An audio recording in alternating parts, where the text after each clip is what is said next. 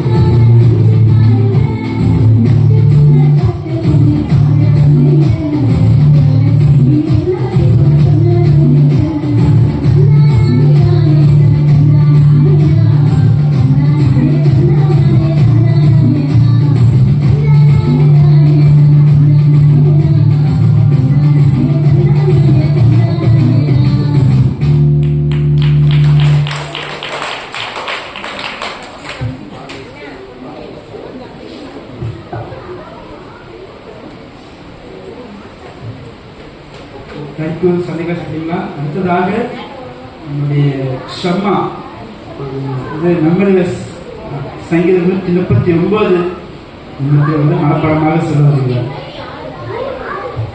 136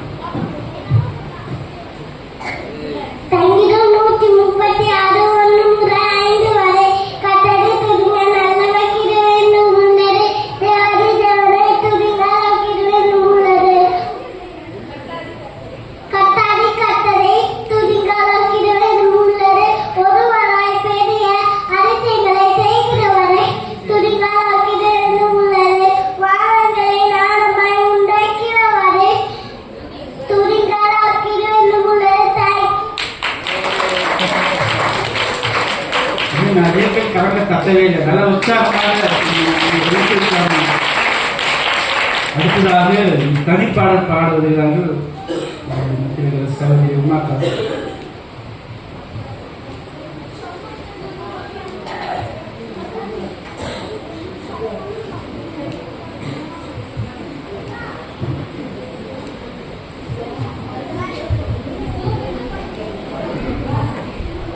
நன்றி என்று ஒரு வார்த்தை சொன்னால் போதுமா? அப்பா நீங்க செய்த நன்மைக்கு ஈடாகுமா? நன்றி என்று ஒரு வார்த்தை சொன்னால் போதுமா? அப்பா நீங்க செய்த நன்மைக்கு ஈடாகுமா? ஆபேலை போலவே உமது பாதத்தில் சிறந்ததை படைத்தாலும் நிகராகுமா?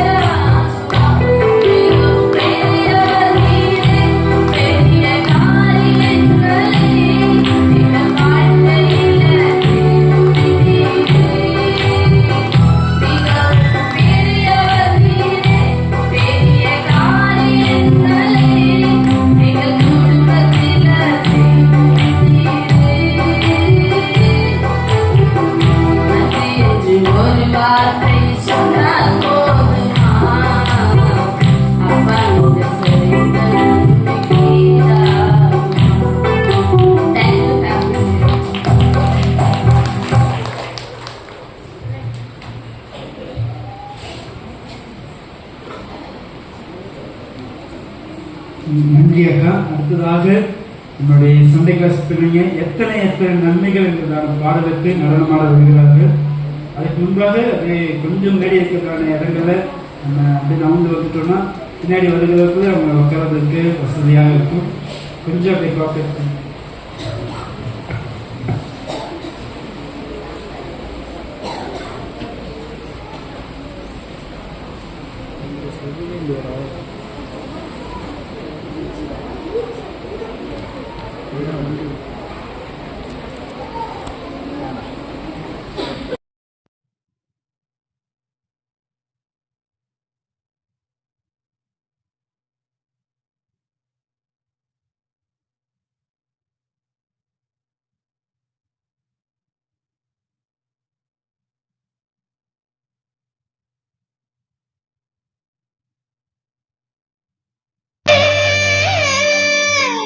தந்தானா தந்தானா தந்தனன தந்தனன தந்தனன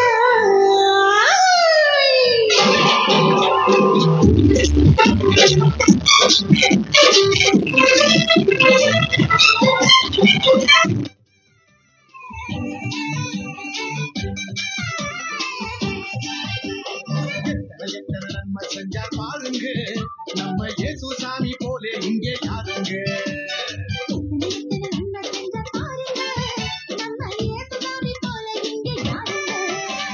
கோடி கோடியா நன்றி சொல்லி பாடுங்க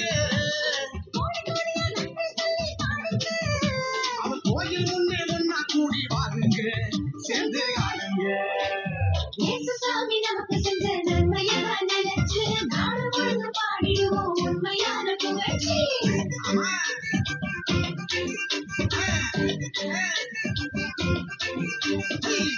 சாமி நமக்கு செஞ்ச நன்மையெல்லாம் நினைச்சு நாடும் பொழுதும் பாடிடுவோம் உண்மையான புகழ்ச்சி. எத்தனை நன்மை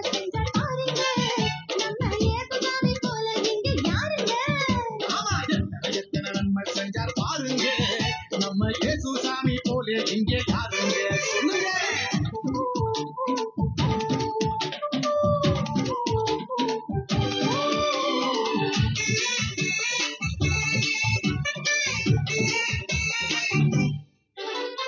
உள்ளங்கையில் நம்ம பேரை எழுதி வச்சாரு அத கண்ணில் உள்ள மணிய போல காத்து நின்னாரு.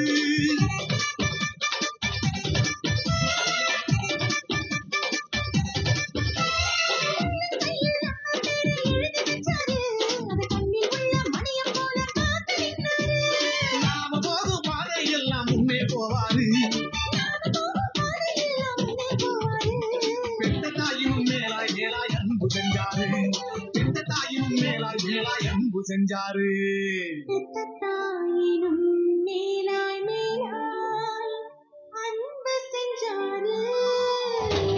இயேசு சாமி நமக்கு செஞ்ச நன்மையெல்லாம் நினைச்சு நாடும் பொழுது பாடிடுவோம் உண்மையான புகழ்ச்சி.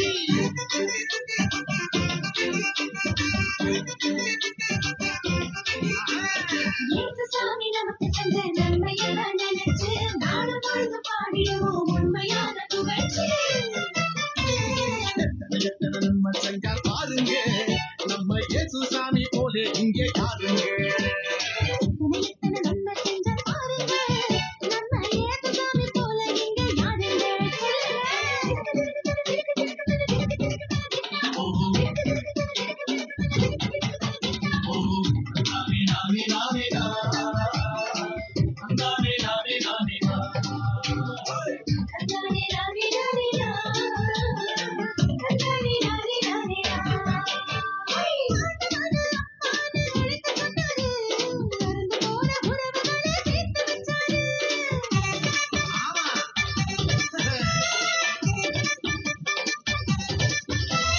ஆண்டவனை அப்பான்னு அழைக்க சொன்னாரு. அருந்து போன உறவுகளை சேர்த்து வச்சாரு. யார தூய ஆவி நமக்கு தந்தாரு.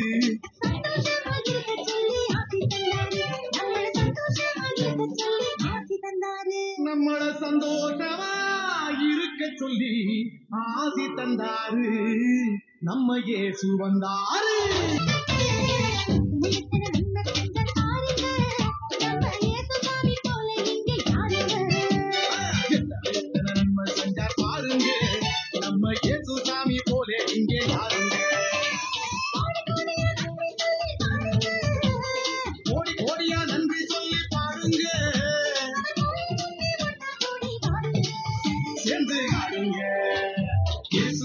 நமக்கு செஞ்ச நன்மையை தான் நினைச்சு நாளும் பொழுது பாடிடுவோம் உண்மையான புகழ்ச்சி.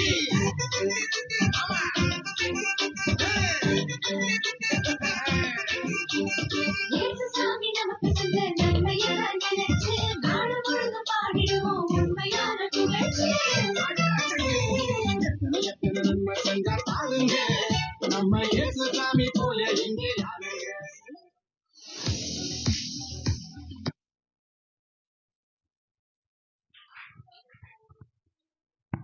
நிச்சயமாகவே சொல்ல முடியும் எத்தனை எத்தனை நன்மைகள் நம்ம வாழ்க்கையில கர்த்தர் செய்திருக்கிறாங்கன்னு சொல்லி. அடுத்ததாக சகோதரி சாதல் அவங்க தனிப்பாடல் பாடுவார்கள்.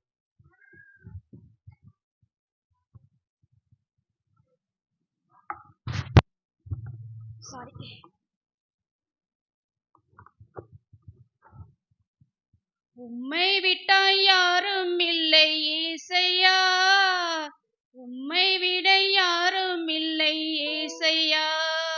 நீங்க போதும் எனக்கு, நீங்க போதும் எனக்கு, நீங்க போதும், நீங்க போதும், நீங்க போதும் எனக்கு. உம்மை விட்டாய் யாரும் இல்லை ஏசையா, உம்மை விட யாரும் இல்லை ஏசையா. ஆபிரகாமின் தேவனும் நீர்தானையா, ஈசாக்கின் தேவனும் நீர்தானையா. ஆபிரகாமின் தேவனும் நீர்தானையா, ஈசாக்கின் தேவனும் நீர்தானையா. யாக்கோபின் தேவனும் நீர்தானையா.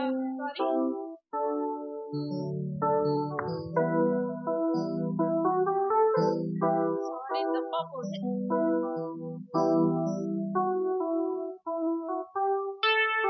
ஒரு நிமிஷம்.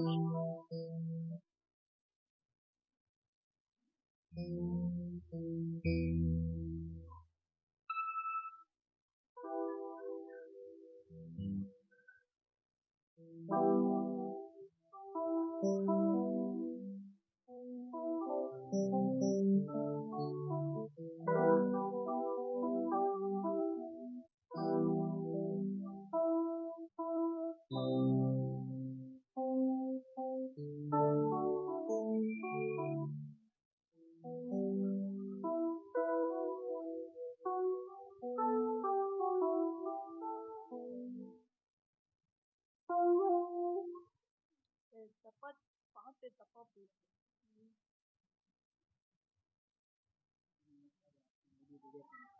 இரு ஒரு நிமிஷம்.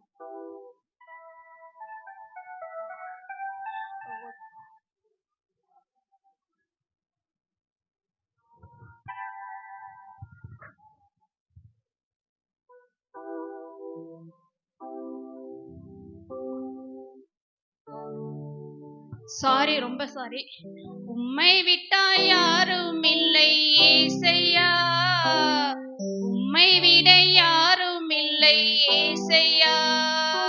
உம்மை விட்டாய் யாரும் இல்லை ஏசையா, உம்மை விட யாரும் இல்லை ஏசையா. நீங்க போதும் எனக்கு, நீங்க போதும் எனக்கு, நீங்க போதும், நீங்க போதும், நீங்க போதும் எனக்கு. ஆபிரகாமின் தேவனும் நீர்தானையா, ஈசாக்கின் தேவனும் நீர்தானையா. ஆபிரகாமின் தேவனும் நீர்தானையா, ஈசாக்கின் தேவனும் நீர்தானையா. யாக்கோபின் தேவனும் நீர்தானையா, என்னுடைய தேவனும் நீர்தானையா, என்னுடைய தேவனும் நீர்தானையா. என்னுடைய உழைப்பை எல்லாம் யார் வந்து பறித்து கொண்டாலும் என் தலையை உயர்த்தினீர், உயர்த்தி வைத்தினீர். நீங்க போதும் எனக்கு, நீங்க போதும் எனக்கு, நீங்க போதும், நீங்க போதும், நீங்க போதும் எனக்கு. உம்மை விட்டா யாரும் இல்லை ஏசையா, உம்மை விட யாரும் இல்லை ஏசையா. பார்வானி சேனை என்னை பின்தொடர்ந்தாலும், செங்கடல் என் வழியை தடுத்து விட்டாலும், பார்வோனின் சேனை என்னை பின்தொடர்ந்தாலும், செங்கடல் என் வழியை தடுத்து விட்டாலும், பாதை என் கடலை தடுத்து விட்டாலும், பாதை உண்டு பண்ணும் என் தேவன் நீ இருக்க, கானானின் பயணத்திற்கு தடை இல்லையே. பாதையை உண்டு பண்ணும் என் தேவன் நீ இருக்க, கானானின் பயணத்திற்கு தடை இல்லையே. புல்லுள்ள இடங்களையே மேய்த்திடுவீரே, நன்மையும் கிருபையும் தொடர செய்வீரே.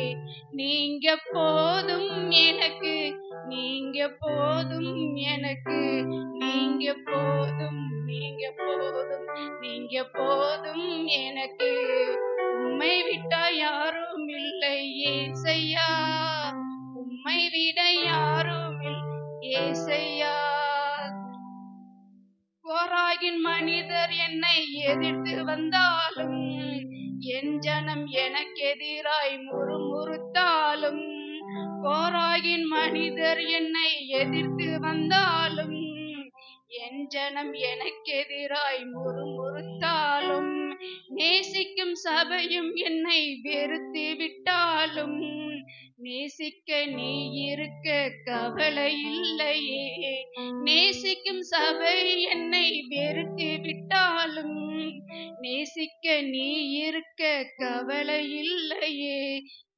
என் கோலை துளிர்க்க செய்யும் தெய்வம் நீரே, அழைத்தவர் தலை குனிய விடுவதில்லையே.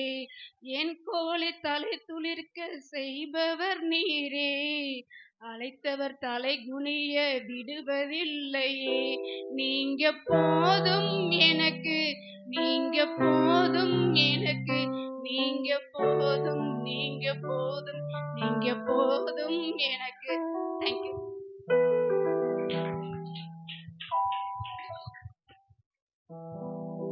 நன்றி அக்கா. அடுத்ததாக நம்முடைய சண்டே கிளாஸ் பிள்ளைங்க மெமரி வெர்ஸ் மனப்பாட வசனத்தை சொல்ல வருகிறார்கள். சண்டே கிளாஸ் பிள்ளைங்க.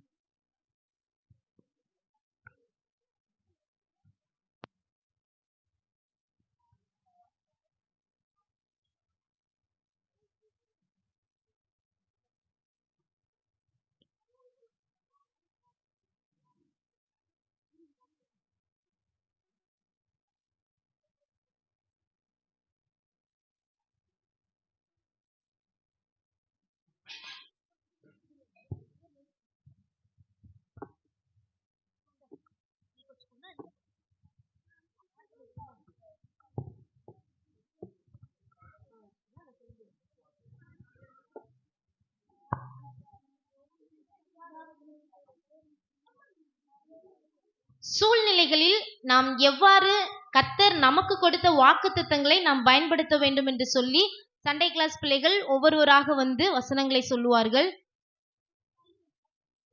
தாழ்ச்சியா இருக்கும்போது கர்த்தர் மேய்ப்பராயிருக்கிறார், நான் தாழ்கிறேன். சங்கீதம் 23:1.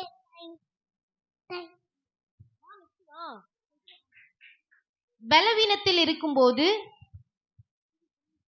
கர்த்தர் சகல நோய்களையும் என்னை விட்டு விலக்குவார். உபகாரம் 7:15. சோர்வாய் இருக்கும்போது சோர்ந்து போக நேரம் எனக்கு நலன் கொடுத்து சத்துவமில்லாத எனக்கு சத்துவத்தை பெருக பண்ணினார். ஏசாயா 40:24.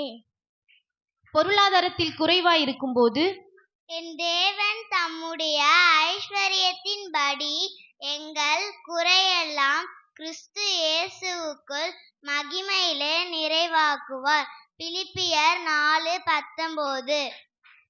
பயத்தில் இருக்கும்போது என் தேவனாயிருக்கிற கர்த்தர் நான் பயப்படும் நாளே அவர்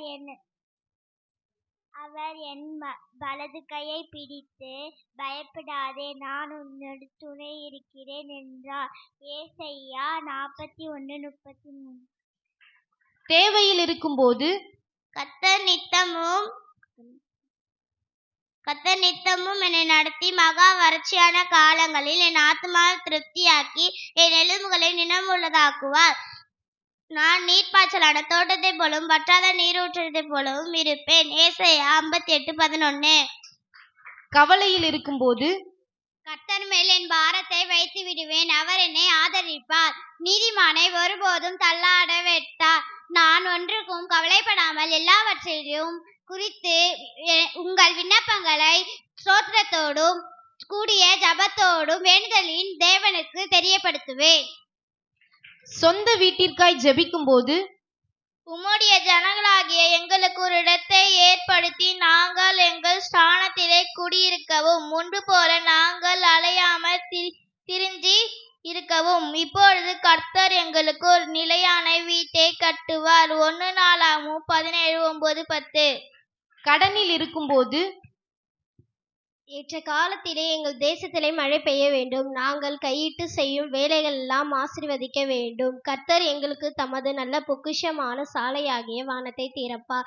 நாங்கள் அநேக ஜாதிகளுக்கும் கடன் கொடுப்போம், நாங்களோ கடன் வாங்காது இருப்போம். உபாகமும் 28:12. வாலிப வயதில் தன்னுடைய பரிசுத்தத்தை காத்துக் கொள்வதற்கு வாலிபன் தன் வழியை எதினால் சுத்தம் பண்ணுவான்? உமது வசனத்தின்படி தன்னை காத்துக் கொள்ளுகிறதினால்தானே. உன் இளமையை குறித்து ஒருவனும் உன்னை அசட்டை பண்ணாதபடிக்கு நீ வார்த்தையிலும் நடக்கையிலும் அன்பிலும் ஆவியிலும் விசுவாசத்திலும் கற்பிலும் விசுவாசிகளுக்கு மாதிரியாயிரு. 1 தீமோத்தேயு 4:12. விசுவாசத்தில் குறைவு ஏற்படும் போது விசுவாசத்தினாலே ஆபேல் காயினோட பலியிலும் மேன்மையான பலியிலும் தேவனுக்கு செலுத்தியது போல விசுவாசத்தினாலே ஏனோக்கு மரணத்தை காணாதபடிக்கு எடுத்து கொள்ளப்பட்டது போல விசுவாசத்தினாலே ஆபிரகாம் தான் சுதந்திரமாக பெறப்போகிற இடத்திற்கு போகும்படி அழைக்கப்பட்டது போல விசுவாசத்தினாலே எரிகோ பட்டணத்தின் மதில்கள் 7 நாள் சுற்றி வரப்பட்டது போல விசுவாசிக்கிற எனக்கு எல்லாம் கூடும். மார்க்கு 9:23. ஞானத்தில் குறைவாய் இருக்கும்போது நான் ஞானத்தில் குறைவில்லாமல் இருந்தாலும் யாவருக்கும் சம்பூரணமாய் கொடுக்கிறவனும் ஒருவரையும் கண்டு கொள்ளமாகிற தேவனிடத்தில் கேட்க கடவன், அப்பொழுது எனக்கு கொடுக்கப்படும். யாக்கோபு 1:5. வேத வாசிப்பு குறைவாகும் போது சோர்ந்து போகாமல் எப்பொழுதும் ஜெபம் பண்ண வேண்டும். ஆவி உற்சாகம் உள்ளது, மாம்சமோ பலவீனம் உள்ளது. மாம்சம் பலவீனத்திற்கு இடம் கொடுக்காமல் ஆவியில் உற்சாகமாய் ஜெபிக்க வேண்டும். மத்தேயு 26:41. இப்போது நம்முடைய சண்டே கிளாஸ் பிள்ளைகளாகிய இவர்கள் சொன்னது உதாரணமாக சில வசனங்கள் தான். ஆனால் நம்முடைய வேதாகமத்தில் இது போன்று பல ஆயிரம் வசனங்கள் உள்ளது. நம் எல்லோருக்கும் நம்முடைய வாழ்க்கையில் பலவிதமான சூழ்நிலைகள் பல விதத்தில் வரும். அந்த சூழ்நிலைகளை மேற்கொள்ள கர்த்தர் நமக்கு கொடுத்த மிகப்பெரிய ஆயுதம் கர்த்தருடைய வசனம். இந்த வசனங்கள் நமக்கு தெரிந்திருந்தால் மட்டுமே நமக்கு பலவித சூழ்நிலைகள் வரும்போது சூழ்நிலைகளை கண்டு சோர்ந்து போகாமல், எவ்வளவு பெரிய எதிர்மறையான சூழ்நிலைகள் வந்தாலும் விசுவாசத்தை கைவிடாமல் வசனங்களை சொல்லி சொல்லி சூழ்நிலைகளுக்கு மத்தியில் பதறாமல் ஜெயம் எடுக்கலாம். வசனம் நமக்குள் இருந்தால் நாம் சூழ்நிலையை மேற்கொள்ளலாம். வசனம் நமக்குள் இல்லாவிட்டால் சூழ்நிலை நம்மை மேற்கொள்ளும். எனவே ஒவ்வொரு நாளும் வேதம் வாசிப்போம், ஜெயம் எடுப்போம். தேங்க்யூ.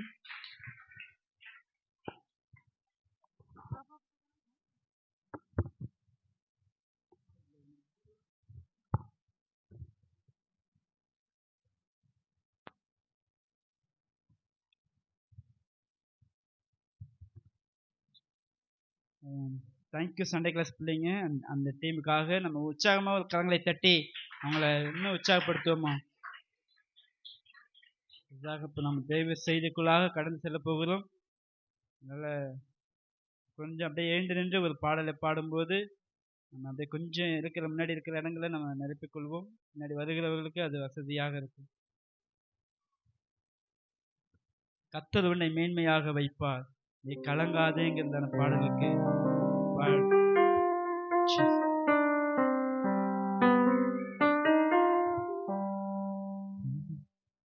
கர்த்தர் உன்னை மேன்மையாக வைப்பார், நீ கலங்காதே மனமே. கர்த்தர் உன்னை மென்மையாக வைப்பார், நீ கலங்காதே மகனே. கையிடும் வேளையில் ஆசீர்வாதமும், கலங்களில் நிரம்பிடும் தானியமும். கையிடும் வேளையில் ஆசீர்வாதமும், கலங்களில் நிரம்பிடும் தானியமும்.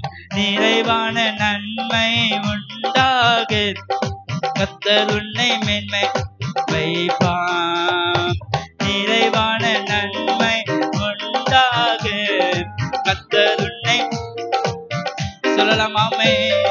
கர்த்தர் உன்னை மேன்மையாக வைப்பார், நீ கலங்காதே மனமே.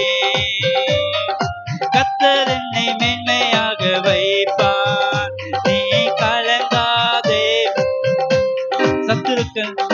சத்துருக்கள் எதிராய் எழும்பும் போது கர்த்தரே யுத்தத்தை நல்ல விசுவாசத்தோடு சத்தத்தை உயர்த்தி அம்மை செய்திடுவார். வெற்றி மேல் வெற்றியை எனக்கு தந்து கர்த்தர் என்னை மேன்மையாக வைப்பார். இந்த ஆண்டுல வெற்றி மேல் வெற்றியை எனக்கு தந்து கர்த்தர் என்னை வைப்பார். சொல்லலாமா? கர்த்தர் என்னை மேன்மையாக வைப்பார், நீ கலங்காதே அம்மே. கர்த்தர் என்னை மேன்மையாக வைப்பார், நீ கலங்காதே மனமே. உன் தேசம் முழுவதும் மழை பொழியும், உனக்காக பொக்கிஷத்தை திறந்திடுவார். உன் தேசம் முழுவதும் மழை பொழியும், உனக்காக பொக்கிஷத்தை திறந்திடுவார்.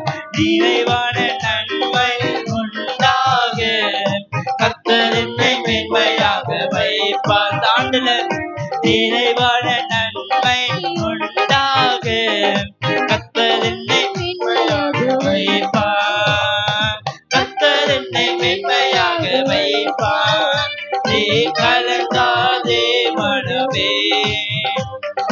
கர்த்தர் என்னை மேன்மையாக வைப்பார், நீ கலங்காதே மனமே. ஹல்லேலூயா.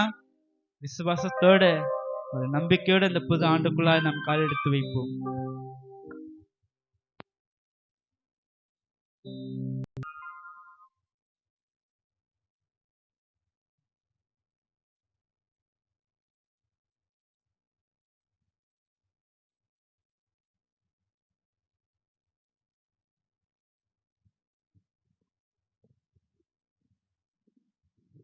புதிய ஆண்டை காணும்படியாக உதவி செய்தீர், நன்றி. இப்பொழுதும் என்னோடு எங்களோடு பேசும் வந்திருக்கிற யாவரோடு பேசும் பிள்ளைகள் இந்த ப்ரோக்ராம் எல்லாம் ஆண்டவரே அழகாக நடத்தி தந்தார்கள். அதுக்காக நன்றி ஆண்டவரே. ஒவ்வொரு வசனத்திலும் இந்த ஜீவன் இருக்கிறது, வசனத்தின்படி வாழ உதவி செய்யுங்கப்பா. தகப்பனே, நீர் எவ்வளவு நல்ல தேவனா இருக்கிறீர், நன்றி. ஆவியானவரே, பரிசுத்தமுள்ள தேவனே, நேற்று கூட ஆண்டவரே அந்த இரவு ஆராதனையை ஆசீர்வதித்து தந்தீர். இன்றைய நாளிலே ஆண்டவரே இந்த புது வருட ஆராதனையை ஆசீர்வதித்து தாரும். நேற்று பேசின வார்த்தைகளுக்காக நன்றி. நேற்று வந்து வார்த்தை கேட்ட ஒவ்வொருவரையும் ஆசீர்வதியும். இன்னைக்கு வந்திருக்கிற ஒவ்வொருவரையும் ஆண்டவரே நீர் ஆசீர்வதித்து இந்த வருடம் முழுவதும் உடைய நன்மைகளை காண உதவி செய்யுங்க. தொடர்ந்து என்னோடு எங்களோடும் இடைபடுங்க. எல்லாவற்றையும் இயேசு கிறிஸ்து நாமத்தான் ஜெபிக்கிறேன் சொல்ல தகப்பனே. ஆமென்.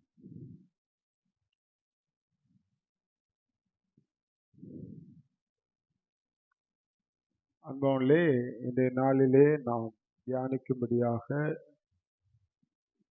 நாம் தெரிந்து கொண்ட வேத பகுதி அப்போஸ்தலர் 21 அதிகாரம்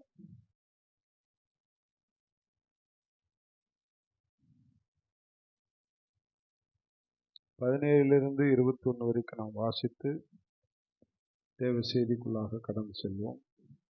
நாங்கள் எருசலேமுக்கு வந்தபோது சகோதரர் எங்களை சந்தோஷமாய் ஏற்றுக்கொண்டார்கள். மறுநாளிலே பவுல் எங்களை கூட்டிக் கொண்டு யாக்கோபினிடத்திற்கு போனான். மூப்பர் எல்லோரும் அங்கே கூடி வந்தார்கள்.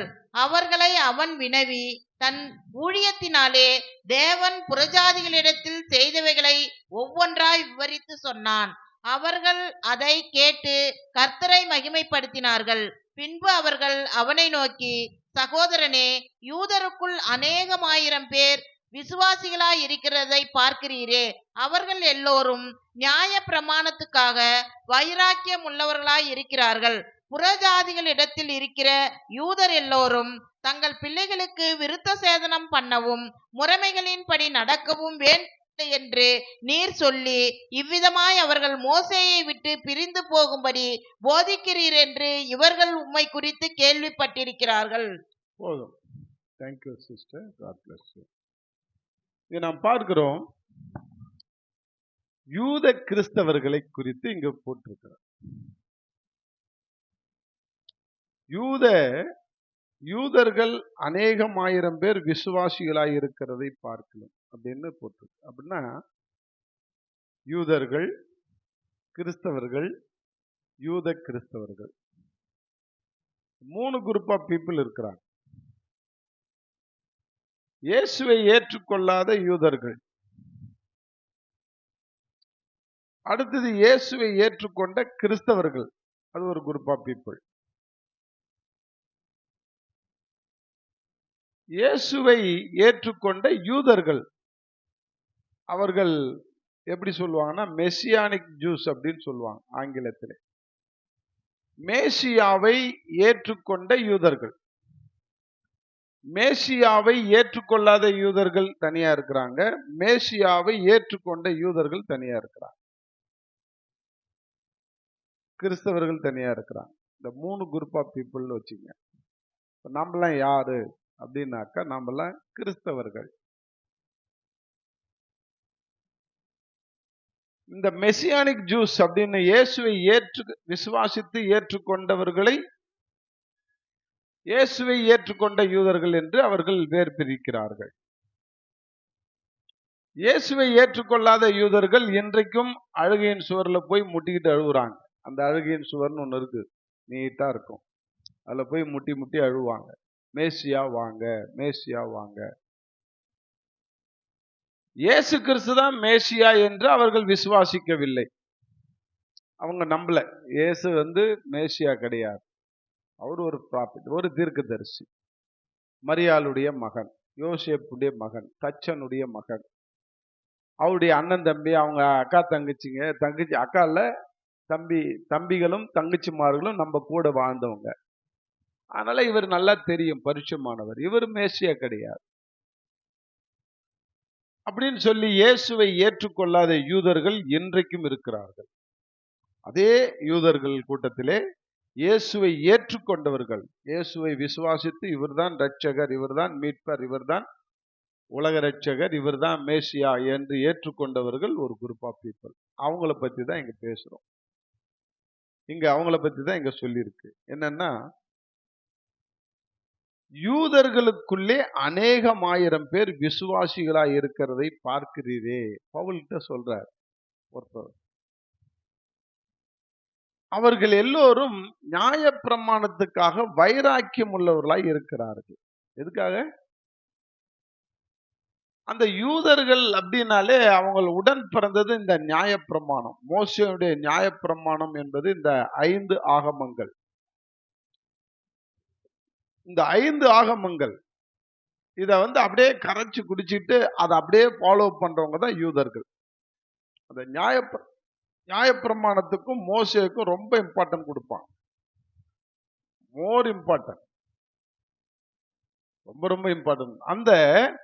அந்த நியாயப்பிரமாணம் இவங்க இயேசுவை விசுவாசித்து மேசியான்னு ஏற்றுக்கொண்ட பிறகும் அவங்க எதுக்கு தான் ஃபர்ஸ்ட் ப்ரிஃபரன்ஸ் கொடுத்தாங்கன்னா மோசேயுடைய நியாயப்பிரமாணத்துக்கு தான் கொடுத்தாங்க. ஆனால் தான் இங்க போட்டிருக்கு, நியாயப்பிரமாணத்துக்காக வைராக்கியம் உள்ளவர்களாய் இருக்கிறார்கள். புறஜாதியாரிடத்திலே யூதர்கள் எல்லோரும் தங்கள் பிள்ளைகளுக்கு விருத்த சேதனம் பண்ணவும் முறைமையின்படி நடக்கும் வேண்டுவதில்லை என்று நீர் சொல்லிய இவ்விதமாய் அவர்கள் மோசேயை விட்டு பிரிந்து போகும்படி போதிக்கிறது என்று இவர்கள் உம்மை குறித்து கேள்விப்பட்டிருக்கிறார்கள் பவுலை குறித்து சொல்றாங்க. பவுல் விருத்த சேதனம் பண்ண வேண்டாம்னு சொல்றார். அவர் யூதனா இருந்தாலும் சரி, யூத கிறிஸ்தவனா இருந்தாலும் சரி, யாரா இருந்தாலும் சரி, நீ விருத்த சேதனம் பண்ண தேவையில்ல.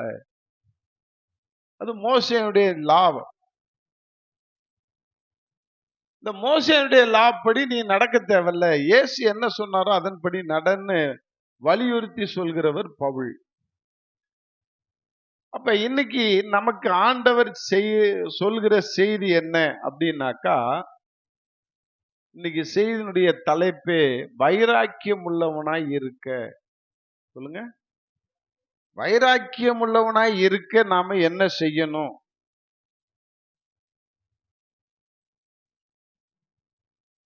அப்ப ஆண்டவர்கிட்ட உட்கார்ந்து இதுக்காக செய்திக்கு வேலையில நான் காத்திருக்கும் போது ஆண்டவர் அழகா சொன்னார், சொல்லிக் கொடு உங்க மக்கள். ஏன்னா நேத்திலிருந்து பேசுறாரு, யூதர்களை பத்தியே பேசுறாரு, இஸ்ரவேலர் மக்களை பத்தியே பேசுறாரு.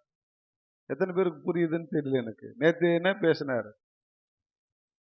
இஸ்ரவேலர்களை போல யூதர்களை போல நாம செவி கொடுக்காம இருக்கக்கூடாது, நம்ம செவி கொடுத்த கவனிக்கணும், அதன்படி நடக்கணும்னு நமக்கு சொல்லி கொடுத்தாரு. இவனை போல இருக்காத, இஸ்ரவேலனை போல யூதரை போல இருக்காத. ரெண்டாவது நியூ இயர் செய்தியில சொன்னாரு, என்ன சொன்னாரு? அதே யூதனை போல நீ என்ன செய், சபதம் ஏற்றுக்கொள். அவன் கெட்ட காரியத்துக்கு சபதம் ஏற்றுக்கொள்ளா, கெட்ட காரியத்தை என்ன செய்யறான் அவன்? வைராக்கியம் இது தீர்மானம் எடுக்கிறான். நீ நல்ல காரியத்துக்காக சபதம் ஏற்று தீர்மானம் எடு என்று யூதர்களை கம்பேர் பண்ணி நமக்கு சொல்லி கொடுத்தாரு. இப்பயும் அதே அப்போஸ்தலர்ல மூன்றாவது காரியமும் ஆண்டவர் என்ன சொல்லி தராருன்னா, யூதர்களை போல என்ன செய், வைராக்கியம் உள்ளவனாயிரு. அவன் நியாயப்பிரமாணத்துல இயேசுவை ஏற்றுக்கொண்டு நியாயப்பிரமாணத்துல வைராக்கியமா இருந்தான். இன்னைக்கு நீயும் நானும் இயேசுவை ஏற்றுக்கொண்டு கிறிஸ்துவுக்காக வைராக்கியம் பாராட்டுள்ளாயிருன்னு நமக்கு கத்துத்தரார். எத்தனை பேருக்கு புரியுது? எல்லாருமே யூதர்களை குறித்து தான் நமக்கு கொட்டேஷன் கொடுக்கிறார். அவன் கீழ்ப்படியாம செவி கொடுக்காம இருக்கிறத போல நீ இருக்காத. அவன் கெட்ட காரியத்துக்கு வைராக்கியமாய் சபதமேற்று தீர்மானம் எடுக்கிறது போல நீ நல்ல காரியத்துக்கு தீர்மானம் எடு, வைராக்கியமாயிரு. அடுத்தது மூன்றாவது காரியம், அவன் நியாயப்பிரமாணத்துக்கு இயேசுவை அறிந்து கொண்டும் விசுவாசித்து நியாயப்பிரமாணத்துக்காக வைராக்கியமாய் நிற்கிறது போல நீ இயேசு கிறிஸ்துவுக்கு என்று அவருடைய சத்தியத்துல வைராக்கியமா நெல்லுன்ற. அப்பதான் ஆண்டவர்கிட்ட கேட்டேன், நான் வைராக்கியம் உள்ளவனாய் இருக்கணும்னா நான் என்ன செய்யணும்னு கேட்கும்போது 3 காரியத்தை சொல்லி கொடுத்தார். முதல் நில், ரெண்டாவது கவனி, மூணாவது புறப்படுனார். இது எங்க கேள்விப்பட்ட மாதிரி இல்ல? எங்க கேள்விப்பட்டிருக்கீங்க? அது போட்டுக்கிறாராங்க டிவில?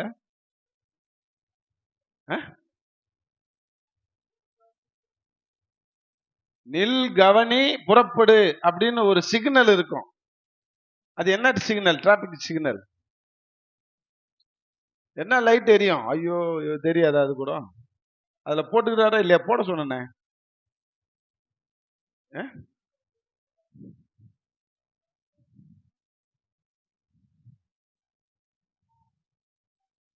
மூணு லைட் போட சொன்னேன், அந்த டிராபிக் சிக்னல் லைட். என்ன லைட் அது? முதல் லைட் என்ன? சிவப்பு. அடுத்தது மஞ்சள். அடுத்தது பச்சை. சரி, சிவப்பு லைட் எதை குறிக்குது? மஞ்சள் லைட் எதை குறிக்குது? பச்சை லைட் எதை குறிக்கும்? சிவப்பு லைட் நில்லுன்னுது. அப்புறம் மஞ்சள் லைட் கவனி. அதான் முக்கியம். லிசன். 4 மணி ரோடு, நீ பாட்டுனே போய் எங்கேயாவது முட்டிக்காத, நில்லு, கவனி, சுத்து முத்தும் பாரு, லெப்ட்ல ரைட்ல பாரு, பஸ் வருதா, லாரி வருதா, டாக்ஸி வருதா பாரு, நில், கவனி. அடுத்தது என்ன செய்? புறப்படு. இதை நீங்க மறக்கவே மறக்காதீங்க. நீ நானும் வைராக்கியம் பாராட்டுறோம். எதுல எல்லாம் வைராக்கியம் பாராட்டுறோம்? புருஷன்கிட்ட சண்டை போட்டுனா மனைவி வைராக்கியம் பாராட்டுவாங்க, 4 நாள் சாப்பிட மாட்டாங்க. மனைவி ஏதாவது சொல்லிட்டாக்கா புருஷனுக்கு என்ன வரும்? வைராக்கியம் வரும், கோபம் வரும். என்ன செய்வாங்க? சும்மா முதுகுல தின்னு கட்டுவாங்க. இதெல்லாம் வைராக்கியத்தினால வர்றது தான். பேசாம இருக்கிறது, சாப்பிடாம இருக்கிறது, மூஞ்ச தூக்கி வச்சிட்டு இருக்கிறது, சண்டை போடுறது, கோவப்படுறது, இதெல்லாம் வைராக்கியத்தினுடைய பிசாசுனால வரக்கூடிய காரியம். ஆனா இங்க ஆண்டவர் சொல்ற வைராக்கியம், அவருக்காக நீ வைராக்கியம் பாராட்டுறியா? யூதன் இயேசுவை ஏற்றுக்கொண்ட பிறகும் மோசே சொன்ன லாவுக்காக, மோசே சொன்ன நியாயப்பிரமாணத்துக்காக வைராக்கியம் பாராட்டான். இயேசு சொன்னதை கோட்டை விட்டான். ஆனா கிறிஸ்துவலா இருக்கிற நாம இயேசு சொன்னதுக்காக நாம வைராக்கியம் பாராட்டணும். அதுக்கு முதல் நிக்கணும், அடுத்தது கவனிக்கணும், அடுத்தது புறப்படணும். நீ அப்படி செஞ்சாதான் நீ வைராக்கியம் பாராட்டுகிறவனா இருக்க முடியும்னு ஆண்டவர் அழகா சொல்லி கொடுத்தாரு. இது என்ன ஆண்டவரே, எப்படி எங்களுக்கு நாங்க புரிஞ்சுக்கிறோம் அப்படின்னும் போது ஒரே ஒரு எக்ஸாம்பிள் தான். பவுலை பார்த்துக்கோ அப்படின்னு, வேற எக்ஸாமே தேவையில்லை. பவுல் பாரு, எனக்கு விரோதமா யூத வெறியனா இருந்தான், நியாயப்பிரமாணத்துல வைராக்கியம் கொண்டவனா இருந்தான். ஆனா இயேசுவை எதிர்த்து நின்னான். இயேசுவை ஏற்றுக்கொண்டவன்லாம் அடிச்சு தும்சம் பண்ணான். அவனை நான் முகமுகமா சந்தித்தேன். அப்ப அவன் என்ன செஞ்சான்னா நின்னான் அப்படின்னாரு. என்ன செஞ்சான்? நின்னான் அப்படின்னாரு. அது பாருங்க, இயேசுவே கிறிஸ்து என்று ஏற்றுக்கொள்ளுதல் நிக்கிறதுக்கு சமங்க. முதல் பாயிண்ட் என்னது? இயேசுவே மேசியா, இயேசுதான் கிறிஸ்து. கிறிஸ்துனாக்கா கிரேக்க சொல், நல்லா தெரிஞ்சுங்க. மேசியா என்பது எபிரேய சொல். தமிழ் சொல் அதுக்கு அர்த்தம் என்னன்னாக்கா விடுவிக்கிறவர் அல்லது ரட்சகர் என்ற அர்த்தம். இயேசுதான் ரட்சகர் என்பதை விசுவாசிக்கிறது தான் நிக்கிறது. நில், நான் உறுதியா ஏற்றுக்கொண்டேன். இன்னைக்கு முன்னாடி நம்முடைய விசுவாசம் எல்லாம் வேற வேற சாமி பேர்ல இருந்தது. 30 முக்கோடி தேவர்கள் மேல இருந்தது. ஆனா அன்னைக்கு எனக்கு நிம்மதி இல்லை, சமாதானம் இல்லை, சந்தோஷம் இல்லைன்னு சொல்லிட்டு இயேசு மேல நம்பிக்கை வச்சு, இயேசுதான் என்ன விடுவிக்கிறவர், இயேசுதான் என் ரட்சகர், இயேசுதான் மேசியா, இயேசுதான் கிறிஸ்து என்பதை நான் அறிந்து கொண்ட பிறகு அவரிலே நிலை நிற்கிறேன். அதுதான் நிக்கிறது. அவரை விசுவாசித்து ஏற்றுக்கொள்கிறதா நிற்பது. ஸ்டெடியா நிக்கிறேன். இயேசுதான், இன்னைக்கு செத்தாலும் இயேசு விட்டு நான் மறுதளிக்க மாட்டேன். இயேசுதான் மேசியா என்பதை நான் புரிந்து கொண்டேன், விசுவாசிக்கிறேன். இயேசுதான் உண்மையான தேவன்றதை ஏற்றுக்கொண்டேன். அதனால இயேசுக்குள்ளாக நான் நிற்கிறேன் என்று அர்த்தம். ஆனா நிக்கிற நீனே எப்படி இருக்கிற? இயேசுவை ஏற்றுக்கொண்ட அந்த ஃபர்ஸ்ட் ஸ்டேஜில் வந்துட்டோம். கவனிக்கிறோமா? அதில் தாங்க நிறைய கிறிஸ்தவர்கள் கோட்டை விடுறோம். இன்னைக்கு ஏன் கிறிஸ்தவர்கள் இன்னைக்கு அநேகர் வேதனையிலையும் கஷ்டத்திலையும் இருக்கிறாங்க அப்படின்னாக்கா, கவனிக்க தவறி விடுகிறார். நிக்க ஆரம்பிச்சிட்டாங்க, ஆனா கவனிக்க தவறி விடுகிறார்கள். அதான் சொல்ற. கவனிக்கணும்னா என்ன செய்யணுங்க? கவனிக்கணும்னா என்ன செய்யணும்? 2வது காரியம் பாருங்க. இன்னைக்கு நிக்கிற காரியத்துல பாருங்க, அப்போஸ்தலர் 9ஆம் அதிகாரம் 4வது வசனத்தை படிங்க. அப்போஸ்தலர் 9:4. அவன் தரையிலே விழுந்தான். ஆ, அப்பொழுது சவுலே சவுலே, ம், நீ என்னை ஏன் துன்பப்படுத்துகிறாய் என்று ம், தன்னுடனே சொல்லுகிற ஒரு சத்தத்தை கேட்டான். ம். அதற்கு அவன், ஆண்டவரே, நீர் யார் என்றான். அதற்கு கர்த்தர், நீ துன்பப்படுத்துகிற இயேசு நானே. முள்ளில் உதைக்கிறது உனக்கு கடினமாம் என்றார். நேத்தே சொன்ன முள்ளில் உதைக்கிறது கடினமான என்ன அர்த்தம்னு. வசனத்தை உதாசீனப்படுத்துறது தான் முள்ளில் உதைக்கிறது. இவன் வசனத்தை கரைச்சு குடிச்சிருந்தும் வசனத்தை புரிந்து கொள்ளவில்லை. அதனாலதான் இயேசுவை மேசியான்னு ஏற்றுக்கொள்ளவில்லை. இயேசுவை ஏற்றுக்கொண்டவர்களை அடித்து சித்திரவதை செய்யணும்னு அரசாங்கத்துல ஆணை பெற்று வந்தவன். ஆனா வசனம் கரைச்சு குடிச்சவன். பவுலுக்கு தெரிகிற மாதிரி இந்த 5 ஆகமங்கள் வேற யாருக்கும் தெரியாதுன்னு தான் நினைப்பேன். ஏன்னா அவ்வளோ அவரு கமாலியன் பாதத்துல உட்கார்ந்து அந்த தோராவை கற்றுக்கொண்டவன். ஆனா புரிந்து கொள்ளவில்லை, கவனிக்க தவறிவிட்டான். ஆனால்தான் இயேசுவை மேசியா என்று ஏற்றுக்கொள்ளவில்லை. இப்ப இயேசுவை மேசியா என்று ஏற்றுக்கொள்வதற்காக இயேசு ஆண்டவர் அவனுக்கு நேரடியா காட்சி கொடுக்கிறார். முள்ளில் உதைக்கிறது கடினமா, நீ துன்பப்படுத்துகிற இயேசு நானே. என் சீசல்ல நீ துன்பப்படுத்துற, ஆனா அவனை துன்பப்படுத்தல, என்னையே துன்பப்படுத்துற. நான் தான் யெகோவா, நான் தான் தேவன், நான் தான் அண்ட சராசரத்தை உருவாக்குனவர் என்று அவருக்கு சத்துருவமா காட்சி கொடுக்கும் பொழுது புரிஞ்சுக்கிட்டான். ஆகா, இயேசுதான் மேசியாவா, இவரை நம்பலையே நம்ப. இப்ப நின்னுட்டான், இயேசுவை ஏற்றுக்கொண்டான். இப்ப என்ன செய்யறான், கவனித்து பார்க்க ஆரம்பிக்கிறான். இன்னைக்கு நீ நான் அங்கதான் கோட்டை விடுறோன்னு சொன்னோம். பவுல் என்ன செஞ்சான், 5 ஆகமத்தையும் கரைச்சு குடிச்சவன். ஆனா யூதர்களை போல அந்த நியாயப்பிரமாணத்துக்கு வைராக்கியம் கொள்ளவில்லை, இயேசுவை கவனித்து பார்க்க ஆரம்பித்தான். அதுல வைராக்கியம் கொண்டான். இன்னைக்கு உன்னுடைய கிறிஸ்துவனுடைய வைராக்கியம் எப்படி இருக்குன்னா, கவனிக்கிறதுல வைராக்கியம் கொள்ள வேண்டும். இயேசுவை எப்படிங்க கவனிக்க முடியும்? இன்னைக்கு அதுக்கு பாத்தீங்கன்னா 2 கொரிந்தியர் 12ஆம் அதிகாரம் 2-3 வரைக்கும் பாருங்களேன். அதே பவுல் தான் இப்ப அவர் நின்னுட்டாரு. யார விசுவாசித்து நின்னுட்டாரு? இயேசுதான் மேசியான்றத விசுவாசிக்கிறாரு, காட்சி கொடுத்தாரு. ஓகே, இவருதான் மேசியான்றத நம்புறாரு, அப்படியே ஸ்டாண்ட் எடுத்தார், நின்னாரு. நீ நான் அப்படிதான் இயேசுவை ஏற்றுக்கொண்டோம், நின்றுட்டு இருக்கிறோம். இப்ப உங்க சொந்தக்காரங்க யாரு வந்தாலும் நீ என்ன செய்வ, எனக்கு இயேசுதாங்க ரட்சகர், எனக்கு இயேசுதான் ஆண்டவர், நான் அவரை விட்டு வேற எதுக்கும் நான் எந்த ஒரு கோயிலுக்கும் நான் போக மாட்டேன், இயேசுவை தவிர நான் வேற எதையும் வணங்க மாட்டேன்னு சொல்லுவேன். அதே போல அவர் ஸ்டாண்ட் எடுத்து நிக்கிறார் பவுல். ஆனா நீ என்ன செய்யற தவறு, நான் என்ன செய்யறேன்னா, பவுலை போல இயேசுவை கவனிக்க தவறுகிறோம். இயேசுவை கவனிக்க தவறு அதான் செய்யறாரு பாருங்க. 2 கொரிந்தியர் 12:2-3. கிறிஸ்துவுக்குள்ளான ஒரு மனுஷனை அறிவேன், அவன் 14 வருஷத்திற்கு முன்னே 3ஆம் வானம் வரைக்கும் எடுக்கப்பட்டான். 3ஆம் வானம் வரைக்கும் எடுக்கப்பட்டான். அவன் சரீரத்தில் இருந்தானோ, சரீரத்துக்கு புறம்பாய் இருந்தானோ அதை அறியே தேவன் அறிவார். அந்த மனுஷன் பரதேசிக்குள் எடுக்கப்பட்டு மனுஷர் பேசப்படாததும் வாக்குக்கு எட்டாததுமாகிய வார்த்தைகளை கேட்டான் என்று என்ன செஞ்சானா, கேட்டான். கேட்டு கவனிக்கிறதாங்க கவனிக்கிறது. உற்று பார்த்து கவனிக்கலாம், அடுத்தது வார்த்தையை கேட்டு கவனிக்கலாம், அடுத்தது படிச்சு கவனிக்கலாம். இன்னைக்கு இந்த பவுல் ஆண்டுடைய குரலை கேட்க நேரத்தை செலவு பண்ணினான். கவனிக்கிறதுக்கு ஆண்டுடைய பாதத்துல போய் உக்காந்தான். நீ நானும் அங்கதான் தவறோம். நீ வேணா ஆண்டவருக்கு நேரத்தை கொடுத்துப்பார், ஆண்டவரை கொஞ்சம் கவனிச்சுப்பார், கொஞ்சம் உற்று நோக்கு, அவர் என்ன சொல்றாருன்னு உன் காதை ஷார்ப்பாக்கி கேளு.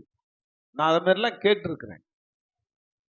பவுல் அப்படி கேட்ட எனக்கு கற்றுக் கொடுத்தது பவுல் தான். அதனால தான் திரும்பி இயேசுநாதருக்கு அடுத்து நான் பவுலை தான் மானசீகமான என்னுடைய வழிகாட்டியாக நான் வைத்திருக்கிறேன். வழிகாட்டி என்றால் குரு. இயேசாண்டவரை தவிர குரு யாரும் கிடையாது. ஆனால் அந்த இயேசாண்டவரை பின்பற்றின பவுல் சொல்றான், நீ என்னை பின்பற்றி என்ற தில்லா. அவனுடைய தைரியத்தை நான் மெச்சுகிறேன். வேற எந்த அப்போஸ்தலனும் சொல்லவில்லை. பேதுரு சொல்ல, யாக்கோபு சொல்ல, யோவான் சொல்ல, அவருக்கு மேல அன்பா சாய்ந்த சீஷர்கள் யாரும் சொல்லவில்லை. ஆனால் அவரை முகமுகமாய் எதிர்த்தவன், அதே சமயத்துல முகமுகமாய் அவரை தரிசித்தவன், அவருடைய வார்த்தையை கேட்க அரபு தேசத்திலே பல ஆண்டுகளாக காத்திருந்தவன், அவருடைய வார்த்தையை கேட்டுட்டு சொல்றான், அவரை நான் ஃபாலோ பண்ற மாதிரி நீ என்ன ஃபாலோ பண்ண அப்படின்றான். பெரிய வார்த்தை அது. இன்னைக்கு நீ நானும் யார ஃபாலோ பண்றோம்? ஒரு பாழா போன ஊழியக்காரனை ஃபாலோ பண்றோம். நானா இருந்தாலும் சரி, என்ன நீ ஃபாலோ பண்ணாத. நான் அதான் திரும்பி திரும்பி சொல்லுவேன். மனுஷன் தான் நம்ம எல்லாருமே. எந்த ஊழியக்காரனையும் தள்ள தூக்கி வச்சுட்டு ஆடாத. நான் ஊழியக்காரர்களுக்கு எதிராக நான் பேசுறேன்னு நினைக்காத. இன்னைக்கு அந்த மாதிரி பைத்தியங்களா மாறுறோம். நம்ம எவனா டான்ஸ் ஆட கத்து கொடுக்குறான்னா அவனை தூக்கி வச்சுன்னு ஆடுறது. அவன் என்ன செஞ்சாலும் அதை கண்டுக்கிறது கிடையாது, ஏத்துக்கிறது. அவன் பாவமே செஞ்சுட்டு வந்தாலும் அவன் டான்ஸ் போட்டாக்கா சூப்பரா இருக்குதுன்றது.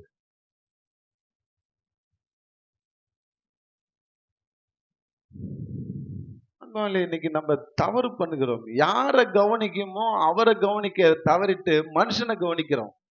ஊழியக்காரன்ற போர்வையில வரக்கூடிய அத்தனை மனுஷனையும் கவனிச்சு தலையில தூக்கி வச்சுட்டு அவனுக்கு நம்ம என்ன செய்யறோம்? அவன் தான் தெய்வம் ஆக்கிட்டோம். ஒரு நாள் இதே ஒரு மீட்டிங்ல பேசினார். நம்ம இருந்த சபையில எல்ஏஎஃப்ல ஜோ அங்கிள் இறந்துட்டார். இறந்த உடனே ஒரு செய்தி எனக்கு மெசேஜ்ல வருது. அவருடைய அடக்க ஆராதனை இத்தனை மணிக்கு பீலா கார்டன்ல வச்சு அடக்கம் பண்ண போறோம் அப்படின்னு ஜான் டானியல் அப்படின்னு போட்டு வருது மெசேஜ். ஒரு 4 மணி நேரம் சேர்ந்து அந்த மெசேஜ் டிலீட் பண்றாங்க. திரும்ப மெசேஜ் வருது, புது மெசேஜ் வருது. இல்ல கீழ்ப்பாக்கம் சிமெண்ட்ல தான் ஜோ அங்கிள் அடக்கம் பண்ண போறாங்க, பீலா கார்டன்ல கிடையாது அப்படின்ட்டு. இதனால நான் சொல்றத கவனிங்க. நான் அவங்கள மட்டுப்படுத்தி பேசல, நான் அவங்கள தாட்சிப்படுத்தி பேசணும்னு நான் பேசுறேன். நடந்த கதையை நான் சொல்றேன், அவர் சொன்ன கதையை சொல்றேன். அவர் ஜான் டானியல் வாயால வந்த கதை. வாயால சொன்னார், பப்ளிக்ல சொன்னார், பிரசங்கத்துல சொன்னார். எப்போ ஜோ அங்கிளுடைய ஸ்தோத்திர கூட்டத்துல சொன்ன வார்த்தையை நான் சொல்றேன். ரெக்கார்ட் ஆயிருக்கு, நீங்க வேணா போய் பாத்துங்க. ஏன் எங்க அப்பாவை நான் பீலா கார்டன்ல புதைக்கல தெரியுமா, அடக்கம் பண்ணல தெரியுமா அப்படின்னு ஒரு கேள்வி கேட்கிறார். எல்லாம் முடிக்கிறாங்க. ஜோ அங்கிளுடைய ஸ்தோத்திர கூட்டத்துல நடக்குது. ஏன் தெரியுமா? இந்த மக்கள், நீங்க தானே மக்களே, விசுவாசிகள் இருக்கிறீங்களே, நீங்கெல்லாம் முட்டாள் ஜனங்க, முட்டாள் ஜனங்க. நீங்கெல்லாம் ஜோ அங்கிள் நான் பீலா கடல்ல போச்சேன்னா அண்ணா சமாதியை போய் சுத்துற மாதிரி மெழுகுவத்தி ஏத்தி எங்க ஜோவை எங்க அப்பாவை நீங்க தெய்வமாக்கிடுவீங்க. அந்த சமாதியை தொழுவ ஆரம்பிச்சிருவீங்க. அதனால நான் அங்க வைக்கல. புரியுதா புரியலையா? யார தெய்வமாக்குறோம்? செத்து போனவனை தெய்வமாக்குறோம். சில பேர் உயிரோடு இருக்கிறவனே தெய்வமாக்கி செல வச்சு கும்பிடுறான். குஷ்புக்கு திருச்சியில கோயில் கட்டி இருக்கிறான் தெரியுமா? குஷ்புக்கு, குஷ்பு இன்னும் சாவே இல்லை, உயிரோடு தான் இருக்குது. அதுக்கு ஒருத்தன் கோயில் கட்டிட்டு டெய்லி பால் அபிஷேகம், பன்னீர் அபிஷேகம், டெய்லிக்கு ஆராதனை எடுத்து அப்படியே மணி அடிச்சுட்டு ஆராதனை எடுத்து விபூதி எடுத்து இப்படி பூசிக்கிறான். எவ்வளவு பெரிய பைத்தியக்காரன் தெரியுமா? அந்த மாதிரி நீங்க எங்க ஜோவை அப்பாவை நீங்க தெய்வமாக்கிடுவீங்க. அதனால நான் அங்க சமாதியில வைக்கல, அங்க நான் அடக்கம் பண்ணல, அதனால தான் கீழ்ப்பாக்க சிமெண்ட்ல நான் பண்ணேன்னு அவர் சொன்னார். அப்பதான் எனக்கு உண்மையா புரியுது. ஏன்னா ஜோங்களை அப்படி தெய்வமாக்கிட்டு இருக்கிறவங்க எத்தனை பேர் இருக்கிறாங்க. ஆந்திரா ஜனங்க, தமிழ்நாட்டு ஜனங்க ஓரளவுக்கு பரவாயில்ல, ஆந்திரா ஜனங்க சுத்தமா 75% அவரை தெய்வமாக்கி தேவடானே கூப்பிடுறாங்க. தேவடான்னா தேவனே. அப்ப மனுஷனை நாம் தெய்வமாக்கி கொண்டிருக்கிறோம், மனுஷனை கவனித்துக் கொண்டிருக்கிறோம். யாரை கவனிக்க வேண்டும்? ஆண்டவரை கவனி, இயேசுவை கவனி. பவுல் அதான் செஞ்சான், கவனிச்சான், அவருடைய குரலை கேட்டான், கேட்கறதுக்கு தன்னுடைய கவனத்தை செலுத்தினான். நீ நானும் ஆண்டுடைய குரலை கேட்கறதுக்கு கவனத்தை செலுத்தி இருக்கிறோமா? கொஞ்சம் யோசிப்பாரு. நாம எப்படி கிறிஸ்துவ லைஃப்ல போயிட்டு இருக்கிறோம்ட்டு. மனுஷனுடைய குரல் எல்லாம் கேட்டுட்டு உட்கார்ந்துக்கிறோம். அதனால இன்னைக்கு அந்த மாதிரி செய்யாதீங்க. பவுல் பல வருஷமாக ஆண்டுடைய சமூகத்துல உட்கார்ந்து அவரை கவனிக்க ஆரம்பித்தான். இன்னைக்கு கால செய்தியா தான். அவரை அறிகிற அறிவை பற்றி கொண்ட மனசு இல்லைன்னா ஆண்டவரே உன்னை கேடான சிந்தைக்கு ஒப்பு கொடுக்குறாருன்னு ரோமர் 1:28 போட்டிருக்கு. 28, 29 நீங்க படிச்சு பாத்தீங்கன்னா தெரியும். கேடான சிந்தை 24 கேடான சிந்தையே லிஸ்ட் அவுட் கொடுக்குறாரு. அதை நீ படிச்சுன்னு வச்சுக்கோ, ஒன்றும் இல்லை, ஒரு ஒரு ஒரு 5, 6 உனக்கும் எனக்கும் பொருந்தும் கேடான சிந்தை. அப்ப ஏன் இந்த கேடான சிந்தை உனக்குள்ள எனக்குள்ள வருது கிறிஸ்தவனுக்குள்ளன்னா, இயேசுவை அறிகிற அறிவை பற்றி கொண்டிருக்க மனசு கிடையாது. அப்ப அவர் அறியணும்னா என்ன செய்யணும்? அவருடைய பாதத்துல போய் உட்கார்ந்து அவரை கவனிக்க வேண்டும். இயேசு யாரு? இயேசு எப்படிப்பட்டவர்? இயேசு எப்படியாக என்னென்னலாம் உயிரோடு இருக்கும்போது சொன்னாரு, அதன்படி நான் நடக்கிறேனா, நான் செய்யறேன்னா, கிறிஸ்தவன் சொல்லிக்கிட்டு இருக்கிறேனே அதன்படி நான் நடந்து அதை நிறைவேற்றுகிறவனா இருக்கிறேனா? இயேசு சொன்னதை போல நடந்தாதான் நீ கண்ணீர் கவலை இல்லாம சந்தோஷமா வாழ முடியும். இதுக்குதான் வைராக்கியம் பாராட்டணும். ஒண்ணு அவரை ஏற்றுக்கொள்ள வைராக்கியம் பாராட்டினேன், ஓகே, இப்ப ஸ்ட்ராங்கா நிக்கிற. இப்போ உனக்கு 1 கோடி ரூபா பணத்தை எடுத்து கொடுத்தாலும் நீ இயேசுவை விட்டுட்டு வேற தெய்வத்தை வணங்குன்னா சொல்லி வணங்குவியா? ஹலோ, 1 கோடி ரூபா இந்த கையில வைக்கிறேன், என்ன சொல்லுவ? நீனு கேட்ட 1 கோடி கேட்டது போடா அப்படின்னு. ஏன்? இயேசுவுக்கு என்ன வைராக்கியம் பாராட்டுறதுக்கு கத்துக்கிட்ட. அந்த ஒண்ணுல மட்டும் இன்னொன்னுல கத்துக்கோ. அதான் வைராக்கியம் பாராட்டுறது கத்து தராரு. என்னன்னா அவரை கவனிக்க வைராக்கியம் பாராட்டு. இனி இயேசுவை நான் லிசன் பண்ண போறேன், இயேசுவை நான் கற்றுக்கொள்ள போறேன், இயேசுனுடைய குரலை நான் கேட்க போறேன், இயேசு பேசினதை நான் அறிய போறேன். அதுக்கு தாங்க கத்தின்னு இருக்கிறேன். 25 வருஷமா இதுதான் கத்தின்னு கிடக்குறேன். நான் கவனிச்சேன், உருப்பிட்டேன். நீனும் நானும் உருப்பண்ணுன்றதுக்காக சொல்றேன். இயேசுவை கவனி, மோசேவை அல்ல. இன்னைக்கு அநேக திருச்சபைகள் இன்னைக்கு மோசேவை பிம்பமாக காட்டி இயேசுவை டம்மி பிசுபிசாக ஆக்கி விட்டார்கள்.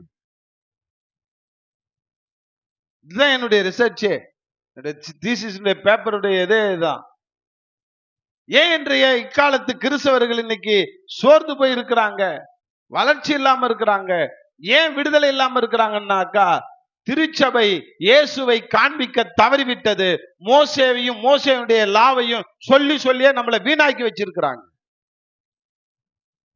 அதனால மோசேவுக்கு நான் எதிராக பேசல, பிரமாணத்துக்கு எதிராக பேசுறேன்னு நினைக்காத தயவு செய்து. உன் குறுக்கட் மைண்ட்ல, உன் சின்ன புத்தியில அந்த மாதிரி நினைக்காத.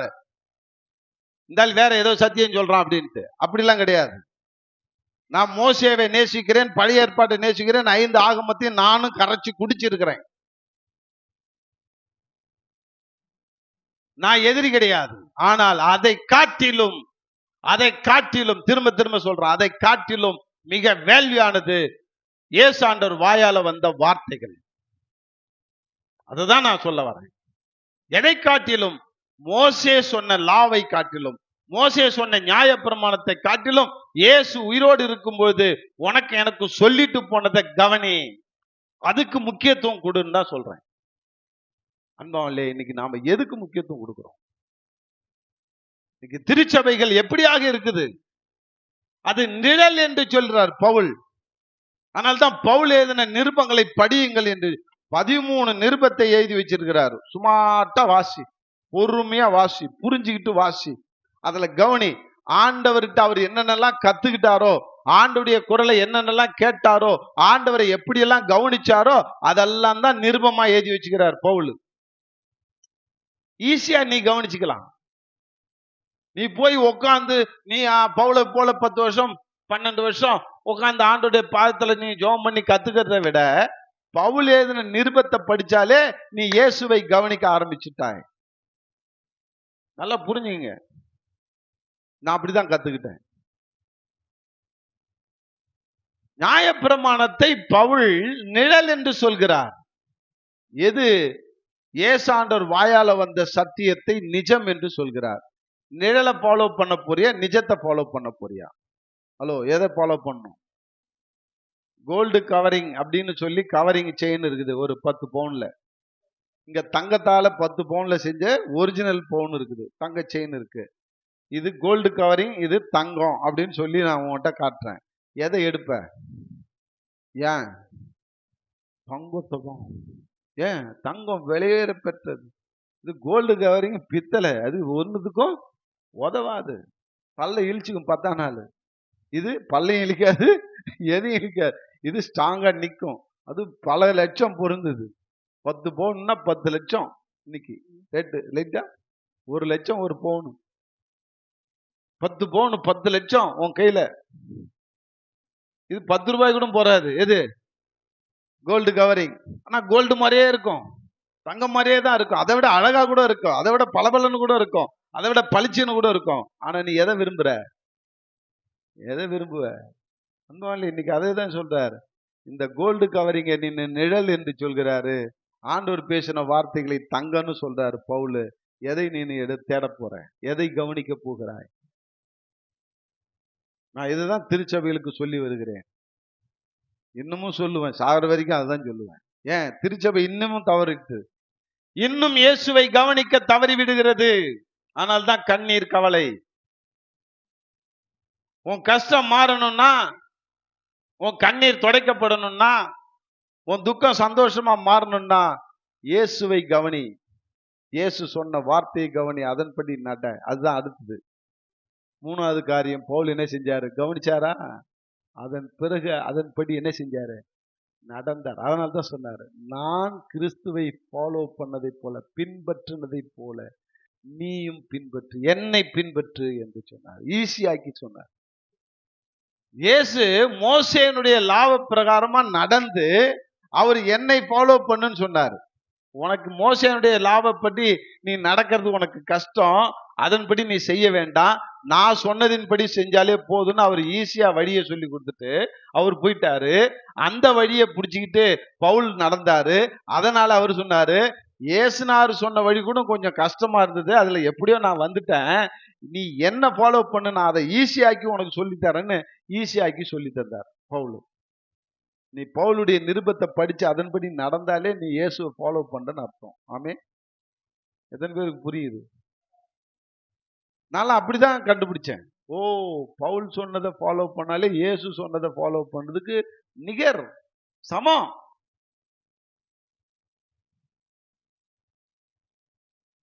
அன்பாலே இன்னைக்கு பவுல் அடிகார் அப்போஸ்தலனாய் இல்லது அவன் வேற துறவியாய் இப்படி ஆர்குமெண்ட்லாம் நடந்தது. நான் என்னை பொறுத்த வரைக்கும்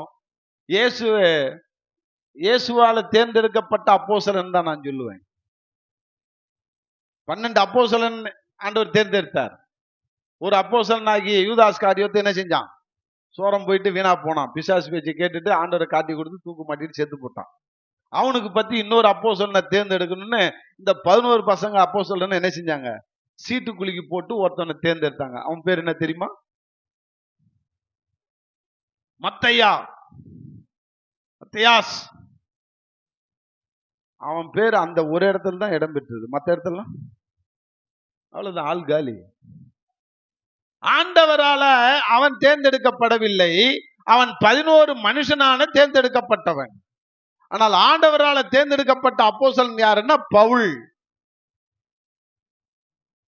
ஆனால் தான் அவனை வச்சு அநேக காரியங்களை ஆண்டவர் செய்தார். நான் பவுலை அப்போஸ்தலனாக நான் ஏற்றுக்கொண்டவன். எனக்கு எல்லா அப்போஸ்தலனை விட 11 பேரை விட அந்த அப்போஸ்தலன் மத்தியாசு அட்ரஸே இல்லாதவரை விட 12 பேர்னு வச்சுங்க, அந்த 12 பேரை விட நான் அதிகமாய் மதிக்கிறது, அதிகமாய் ஃபாலோ பண்றது யாருன்னா பவுலை தான். ஏன்னா பவுல் இயேசுவை அப்படியே பின்பற்றினவன், இயேசுவை சரியாக புரிந்து கொண்டவன். 5 ஆகமத்திலே இயேசுவை பற்றி எங்கெங்கெல்லாம் இருக்குதோ அதெல்லாம் எடுத்து சொன்னவன். இன்னைக்கு அதே தான் நானும் செஞ்சுட்டு இருக்கிறேன். பவுலை போல நடக்க ஆரம்பிப்போம். இயேசுவை போல அவன் நடந்தான், ஆனால் தான் அவன் என்ன ஃபாலோ பண்ணுன்னு சொல்றான். அன்பாலே, அதை 2 தீமோத்தேயு 4ஆம் அதிகாரம் 7-8 படிங்க. 2 தீமோத்தேயு 4:7-8. நல்ல போராட்டத்தை போராடினேன், ஓட்டத்தை முடித்தேன், விசுவாசத்தை காத்துக்கொண்டேன். விசுவாசத்தை காத்துக்கொண்டேன். இது முதல் நீதியின் கிரீடம் எனக்காக வைக்கப்பட்டிருக்கிறது. நீதியுள்ள நியாயாதிபதியாகிய கர்த்தர் அந்நாளிலே அதை எனக்கு தந்தருளுவார்.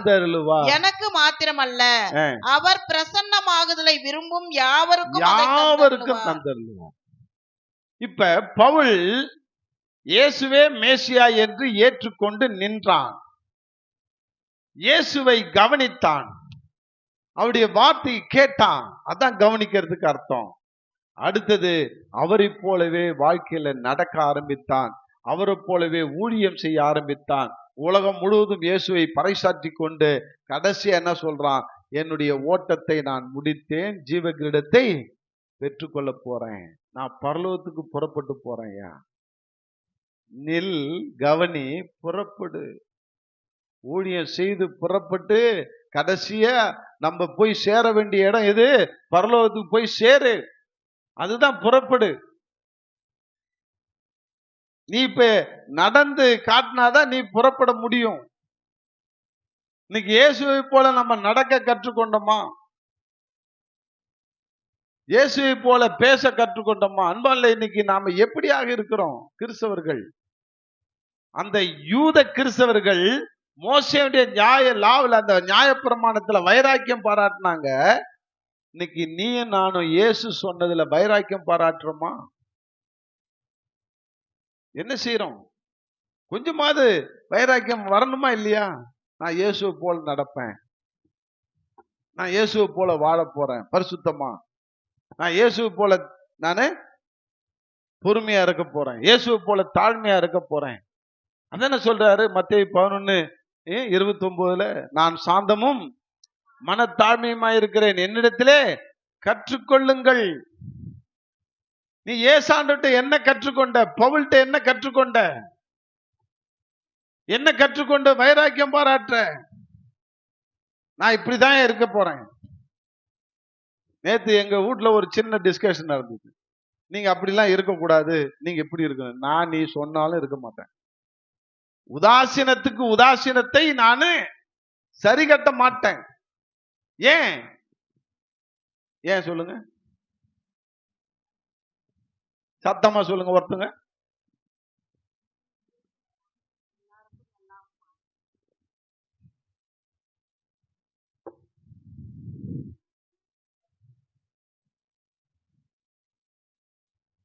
நீ வெளியூர், உனக்கு தெரியாது. உள்ளூர்ல கோட்டையை முழுங்கினவங்களாம் அது உட்காந்து மக்கு மாதிரி உட்காந்து. அதான் ஏன்,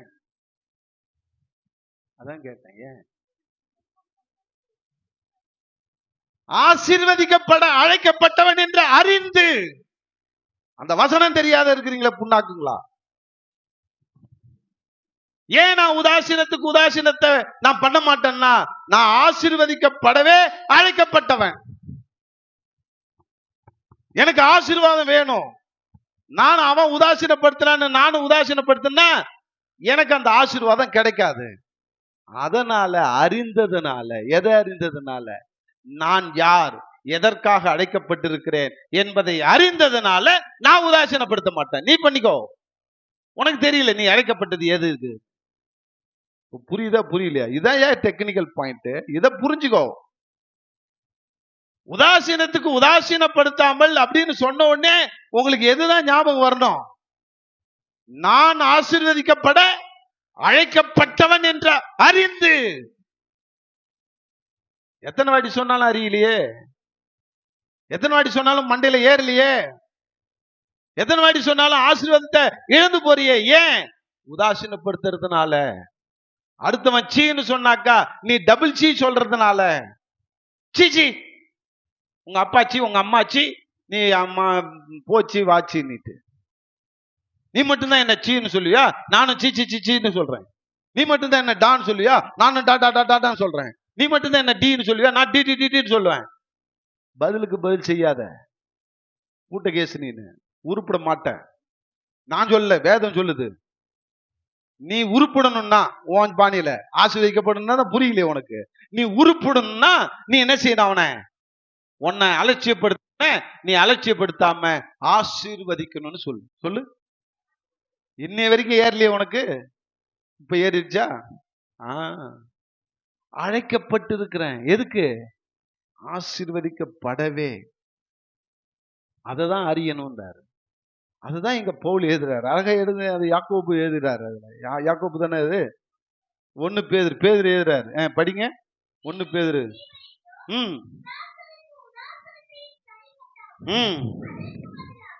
அதற்கு பதிலாக, நல்லா புரிஞ்சுங்க. பதிலாகன்னா என்ன அர்த்தம்? நீ உதாசீனப்படுத்துறதுக்கு, நீ உதாசீனப்படுத்தினாக்கா அதுக்கு பதிலாக நீங்கள் ஆசீர்வாதத்தை சுதந்திரத்துக் கொள்ளும்படி அழைக்கப்பட்டவள் என்று அறிந்து ஆசீர்வதியுங்கள். எப்பா நேத்து உண்மையிலே என்னை பார்த்து, இல்ல அவங்கள பார்த்து நான் விஷ் பண்ணணும்னு நினைச்சேன், என்னை பார்த்து நீ விஷ் பண்ணாம தூக்கம் தான் முக்கியம்னு ஓடினவங்களெல்லாம் நான் உண்மையிலே மனசார ஆசீர்வதித்தேன். ஓடின அத்தனை பேரையும் ஆண்டவரே ஆசீர்வதியும். ஏன்னா அவங்களுக்கு தூக்கம் தான் முக்கியம். ஒருத்தருக்கு ஒருத்தர் அன்பை பரிமாறிக்கொள்றது கூட பக்கு தெரியல, ஒரு கன்றாவியும் தெரியல. நீ என்ன இயேசு ஏற்றுக்கொண்ட? ஒரு ஊழியக்காரனை மதிக்கிறது கத்துக்கிட்டியா? இதுலயே உன் லட்சணம் தெரியுது இல்ல? நீ பைபிள் எடுக்க லாக்கி இல்லைன்னு தானே தெரியுது. அப்புறம் என்னத்தை நீ அறிஞ்சு வச்சுக்கிற? நான் தான் பெரிய லெவல்ல இருக்கிறேன்னு சொல்லிக்கிற. உனக்கு நீனே சர்டிபிகேட் கொடுத்துக்காத. எனக்கு நான் கொடுக்க மாட்டேன். நான் இன்னைக்கு நான் மக்கு தான். இன்னைக்கு நான் அறிஞ்சு கொண்டு தான் இருக்கிறேன். உனக்கு நீயே நியாயம் வச்சுட்ட, நீ சுயநீதியில போறன்னு அர்த்தம். தயவு செய்து அந்த மாதிரி போய் வீணா போயிடாத.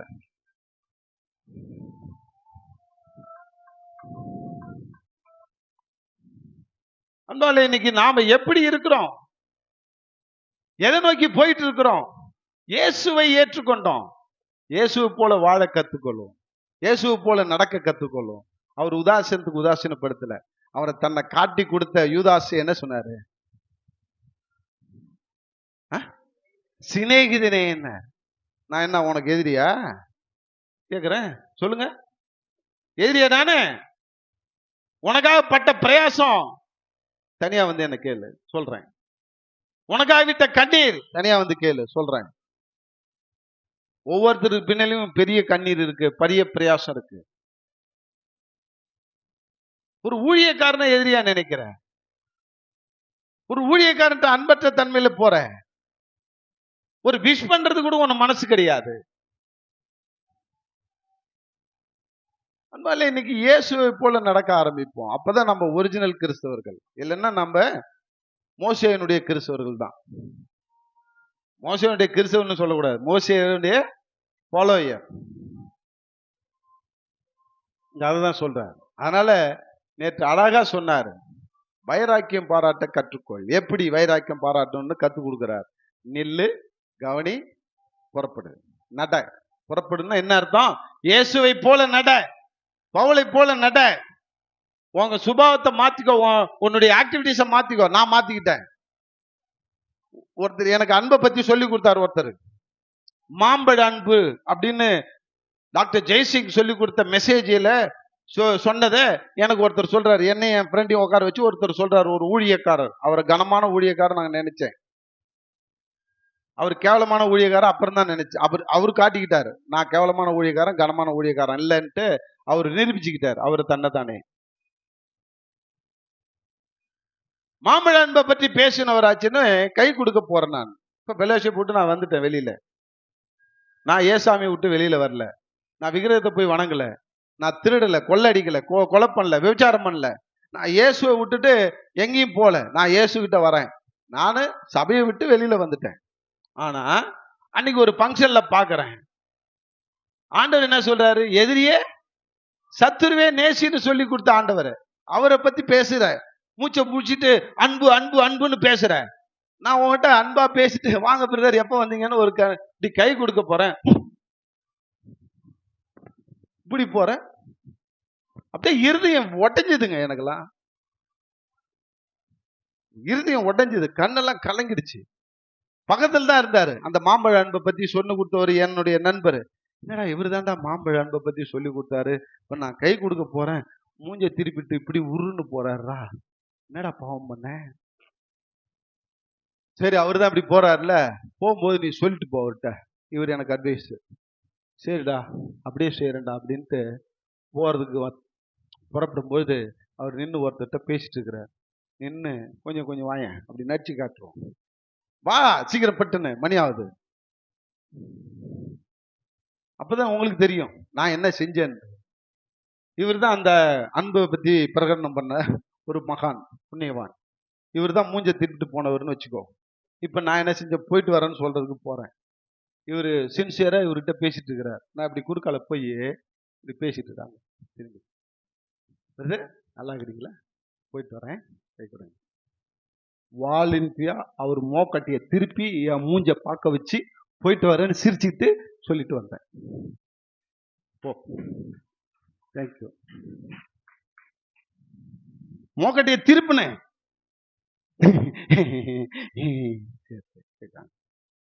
அப்ப கை கொடுக்க போகல, உன் மூஞ்சி ஏன் திருப்பிட்டு போச்சு சொல்லுங்க. இதுதான் அன்பா? இதான் நீ பிரசங்கம் பண்ற பிரசங்கமா? அதுதான் சொன்ன. உதாசீனத்துக்கு நானும் உதாசீனப்படுத்திட்டு வர முடியுமா, முடியாதா? ஹலோ, இவர் மதிக்கணும்னாக்கா இவரை ஏன் நான் மதிக்கணும்ட்டு நான் மூஞ்ச காட்டிட்டு நான் பின்ன கடை காட்டிட்டு போக முடியாதா? ஆசீர்வதிக்கப்பட அழைக்கப்பட்டவன் என்று அறிந்ததுனால அவர் மோக்கட்டையை திருப்பி சொல்லிட்டு வந்தேன். இதேபோல நிறைய இடத்துல அவமானப்பட்டேன். ஒரு டெத்துல அவர் வந்து மெசேஜ் கொடுக்குறாரு. அந்த டெத்துல முக்கியமா நான் தான் எல்லாமே பங்கு ஏற்கிறேன். அடக்க ஆராதனையில நான் போயிட்டேன், நான் ஃபெலோஷிப்பை விட்டு. அதனால இவனை சேர்க்கவே கூடாதுன்னு சொல்லி அவர் பேக்க அப்படியே தூக்கிட்டு போறேன் வெயில்ல. அப்பயும் அந்த அதே பணிவிடை ஒரு சேவகனை போல செய்றேன் அப்படின்னுட்டு ஒரு ஜெபம் கொடுக்கல. கேசவன் ஒரு ஜெபம் பண்ணுங்க. தெரியும் காலையிலேருந்து இவர் தான் எல்லாத்தையும் செஞ்சிட்டு இருக்கிறாருன்னு தெரியும். அவங்க ஷிப்ல தான், ஃபெலோஷிப்ல தான் சொல்றேன். ஃபெலோஷிப் டெத்து தான் அது. ஒரு ஜெபம் பண்ணல. அந்த ஆளுக்கே அவங்க அம்மா இறந்தவருக்கு, ஐயோ அங்கிள் இவருக்கு ஒரு ஜெபத்தை கூட கொடுக்கலேன்னு அவர் பரிமாறுறாரு அவருடைய வருத்தத்தை. அப்படின்னா எந்த அளவுக்கு ஒரு வைராக்கியம். அந்த வைராக்கியம் நல்லதுக்கு எதுவான வைராக்கியமா சொல்லுங்க. இதான் மோசையை சொல்லி கொடுத்த வைராக்கியம். அதுதான் சொல்றேன், இந்த பரிசேய பக்தி வைராக்கியம். சபை வெறி. இன்னைக்கு சபை எவனையும் பரலோகத்துக்கு கொண்டு போவாது. நல்லா சொல்றேன் கேட்டுக்கோ. எந்த சபையும் பரலோகத்துக்கு கொண்டு போவாது. எந்த சபையினுடைய கொள்கையும் உன்னை பரலோகத்துக்கு கொண்டு போவாது. சத்தியத்தின்படி அறிந்து சத்தியத்துக்கு கீழ்ப்படிந்து நீ நடக்கும்போது தான் நீ நானும் பரலோகத்துக்கு போக முடியும். நல்ல மைண்ட்ல வச்சுக்கோ. சபை பரலோகத்துக்கு, சபையினால நீ சண்டை போட்டுன்னு உட்கார்ந்து இருக்காது. ஏன் சபை, ஓன் சபை, அந்த சபை தான் ஒஸ்தி, இந்த கர்த்தரின் சபை விட்டு ஒஸ்தின்னு யார்ட்டையும் போய் சொல்லாத. சபை கூடுதல் அவசியம், அவ்வளவுதான். எந்த சபையும் பரலோகத்துக்கு நம்மளை கொண்டு போகாது. எந்த ஊழியக்காரனும் கொண்டு போக முடியாது. நானும் உங்களை கொண்டு போக முடியாது. உங்களுக்காக நான் ஜெபிக்கலாம், நல்லது சொல்லலாம், நான் வாழ்ந்து காட்டணும். சொன்ன மாதிரி எனக்காக ஜெபம் பண்ணுங்க. கடைசி வரைக்கும் நான் வாழ்ந்து காட்டணும். அந்த அன்புல நிலைத்திருக்கணும். நீங்களும் உங்களையும் அதை தான் சொல்றேன். நீங்களும் அன்புல நிலைத்திருங்க. கடைசி வரைக்கும் இயேசுவை ஃபாலோ பண்ணுங்க. இயேசு சொன்னதை மோசையை விட்டுருங்க. மோசே ரத்தத்துக்கு ரத்தம், பழிக்கு பழி, ரத்தத்துக்கு ரத்தம், கடிக்கு அடி, கன்னத்துக்கு கன்னம், சதைக்கு சதன்னு தான் சொன்னவர் மோசே. இயேசு மட்டும்தான் அதை மாற்றி அமைத்தார். ஒரு கன்னத்தில் அடிச்சா மறு கன்னத்தை கொடு என்றார். சத்துருவை நேசின்னு சொன்னார். இயேசு மட்டும்தான். நான் உங்களுக்கு சொல்கிறேன், நான் உங்களுக்கு சொல்கிறேன், நான் உங்களுக்கு சொல்கிறேன் எங்கெல்லாம் சொன்னாரோ இயேசு சொன்ன அதிக நீதியான சத்தியம் அதுதான். அதான் நான் திரும்பி திரும்பி சொல்லுவேன். அதன்படி வாழ கற்றுக்கொள். அன்பு சகோதரனே, சகோதரியே, இன்னைக்கு இந்த புது வருடத்துல ஒரு வைராக்கியம் பாராட்டு. அந்த வைராக்கியம் கிடையாது. மோசேனுடைய சீசல் பாராட்டின வைராக்கியம் கிடையாது. இந்த பரிசேயலுடைய வைராக்கியம் கிடையாது. இயேசு கிறிஸ்துவுக்கென்று அவரின்படி, அவருடைய சொல்லின்படி வாழ்கிற ஒரு வைராக்கியத்தை நீனும் நானும் ஏற்படுத்திக் கொள்வோம். ஏனென்றால் நாம் ஆசீர்வதிக்கப்பட அழைக்கப்பட்டவர்கள் என்று அறிந்து அவரை கவனிக்க ஆரம்பிப்போம். அவருக்காக நிக்கிறோம், நான் இல்லைன்னு சொல்றேன். ஆனா கவனிக்க தவறி விடுகிறோம், நடக்க தவறி, இந்த ரெண்டு காரியத்தையும் தவறுறோம். இதுல நம்ம கரெக்டா இருக்க நம்ம ஒப்பு கொடுப்போம். கர்த்தர் நம்மை ஆசீர்வதிப்பாராக. இந்த புது வருடத்திலே நம்ம வைராக்கியம் உள்ளவர்களாய் நாம் வாழ கற்றுக்கொள்வோம். நம்முடைய வைராக்கியம் ஆவிக்குரிய வைராக்கியமா இருக்கணும், அன்புக்குரிய வைராக்கியமா இருக்கணும். இந்த சாக்கடைக்குரிய வைராக்கியம் இருக்கக்கூடாது, பிசாசுக்குரிய பேய்த்தனத்துக்குரிய வைராக்கியம் இருக்கக்கூடாது.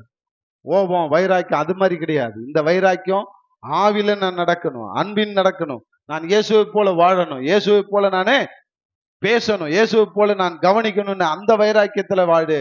உன் சொந்த வைராக்கியத்துல வாழாது. அதெல்லாம் தூக்கி குடப்புல போட்டு, என்ன அடிச்சாலும் சரி, என்ன அடிச்சாலும் சரி, என்ன மாம்பழம் எப்படி அன்பா சுவையை கொடுக்குதோ அதே போல நானும் சுவையை கொடுப்பேன்னு சொல்லு. அதுதான் வைராக்கியம். அந்த உண்மையான வைராக்கியத்துல, ஆவிக்குரிய வைராக்கியத்துல நாம இப்போ உறுதி எடுப்போம், சபதம் எடுப்போம். ஆண்டவரே, தீர்மானம் எடுப்போம்.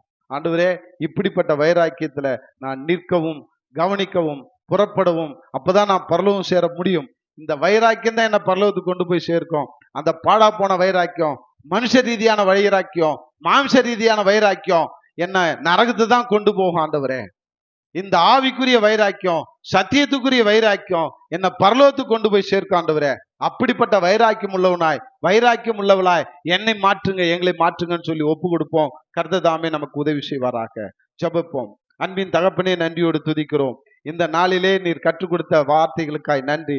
நேற்றிலிருந்து ஆண்டவரே, இந்த யூதர்களை கொண்டு எங்களுக்கு ஆண்டவரே உதாரணம் காட்டி கொண்டு வருகிறீங்க. யூதர்களைப் போல நாங்கள் ஆண்டவரே செவி கொடாத கீழ்ப்படியாதவர்களைப் போல இருக்கக்கூடாது என்று சொல்லி கொடுத்தீங்க. முதல் சத்தியம். ஆண்டவரே, இரண்டாவது சத்தியம், அந்த யூதர்கள் கெட்ட காரியத்துல சபதம் ஏற்றார்கள், தீர்மானம் எடுத்தார்கள், பவுலை கொலை செய்ய வேண்டும் என்று தீர்மானம் எடுத்தார். அந்த மாதிரி கூறுகட்டத்தனமான ஆண்டவரே தீர்மானத்தை நாங்கள் எடுக்காம சத்தியத்துக்கு ஏற்ப தீர்மானத்தை எடுக்க வைராக்கியம் பாராட்ட, மூன்றாவது வைராக்கியம் பாராட்ட கற்றுக் கொடுத்தீங்க. அது மாமிசத்துக்குரிய வைராக்கியம் அல்ல, ஆவிக்குரிய வைராக்கியம் பாராட்ட, உம்முடைய சத்தியத்திலே நாங்கள் நிலை நிற்கணும் என்று, உம்மை கவனித்து பார்க்கணும், உம்முடைய நடக்கையின்படி நடக்கணும் என்று வைராக்கியம் பாராட்டுள்ளாய். எங்களை மாற்றுங்கப்பா. இந்த நீர் கற்றுக் கொடுத்த நில், கவனி, புறப்படு என்ற இந்த சிம்பிள் எச்சரிக்கையின் சத்தத்தை நாங்கள் கேட்டிருக்கிறோம். இந்த வருடம் முழுவதும் அதே போல நிற்க, அதே போல கவனிக்க, அதே போல நடக்க எங்களுக்கு உதவி செய்யுங்க. அப்பொழுது நாங்கள் பரலோகத்துக்கு பங்குள்ளவர்களாய் மாற முடியும் என்று அழகா சொல்லி கொடுத்துக்கிறீங்க. நாங்க கேட்டவர்கள், கேட்க போகிறவர்கள் ஒவ்வொருவரும் பாக்கியவனாய் மாற எங்களை ஒப்பு கொடுக்கிறோம். நீரே இந்த புது வருஷத்துல எங்களை இன்னும் அதிகமாய் சத்தியத்தில் நிரப்பி எங்களை வழி நடத்தும். அப்படியா செய்ய போறீங்க. நன்றி. இயேசு கிறிஸ்துவின் நாமத்தை ஜெபிக்கிறேன் ஜீவனுள்ள தகப்பனே. ஆமேன், ஆமேன்.